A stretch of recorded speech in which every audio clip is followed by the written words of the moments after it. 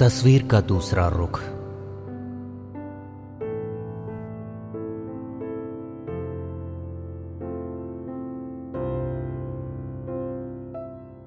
तस्वीर का दूसरा रुख सिक्के का दूसरा पहलू भी है, जो बहुत कम हो पाया है उजागर। तस्वीर का दूसरा रुख भी है, जिसका नहीं किया जा सकता अनादर। वृद्धों के एकाकीपन के लिए युवा वर्ग ही दोषी क्यों? इस अहम मुद्दे पर समाज की खामोशी क्यों? माना कि बुजुर्ग होते हैं निसहाय, बेबस और लाचार। सिर्फ इसलिए उनकी गलतियों का कम नहीं आंका जा सकता आकार। अपेक्षाओं के बोझ तले बच्चों को दबाया जाता है, उनकी जिंदगी को रिमोट कंट्रोल से चलाया जाता है। मगरूर बाप ने अपने अहम के खातिर बेटे की जिंदगी बर्बाद कर दी, और आज वो वृद्धाश्रम में है तो किसकी गलती? हर समय पालने पोसने का एहसान जताते हैं जो मां बाप, बुढ़ापे में कुदरत ही सामने लाती है उनके पाप। मैंने तुम्हें 9 महीने पेट में रखा, मैंने तुम्हें 9 महीने पेट में रखा। कहां तक उचित है यह एहसान जताना? क्या संभव है प्रकृति के खिलाफ जाकर उसके नियम को बदल पाना?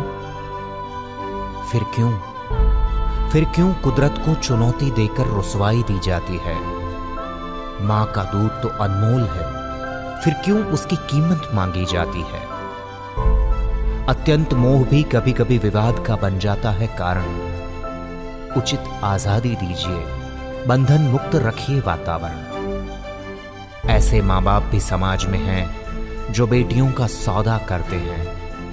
कैसे होगा आश्चर्य अगर बुढ़ापे में वे अकेले सिसकते हैं। तरुणावस्था में संभल कर पार करना चाहिए, पहाड़ हो या घाटी। तो सही कह गए हैं बुजुर्ग कि साठी बुद्धि नाटी। कहा गया है कि पूत चाहे कपूत होए, माता कुमाता न हो पाती। फिर अबोध शिशुओं को कचरे में छोड़कर क्यों अपनी कोख जलाती? ओनर किलिंग की वहशियत पर अजीब रस्में निभाई जाती है। झूठी शान, खोखले इज्जत के नाम पर बच्चों की बलि चढ़ाई जाती है। अगर बच्चे आपकी इज्जत नहीं करते तो अंदर झांकिए जनाब, आत्मचिंतन कीजिए। शायद उसके जिम्मेदार निकले खुद आप। गौर कीजिए भूतकाल पर, शायद खुद को दोहरा रहा हो इतिहास, या संस्कारों की कमी से लिखा जा रहा हो एक नया उपन्यास। सिर्फ बुजुर्ग होना समझदारी का नहीं हो सकता पैमाना। सिर्फ बुजुर्ग होना समझदारी का नहीं हो सकता पैमाना। बाल धूप में सफेद नहीं किए, अब नहीं चलेगा ये बहाना। बच्चों का फर्ज है माँ बाप को भगवान समझना चाहिए, तो माँ बाप को भी इस स्वरूप की गरिमा को बनाए रखना चाहिए। तो माँ बाप को भी इस स्वरूप की गरिमा को बनाए रखना चाहिए।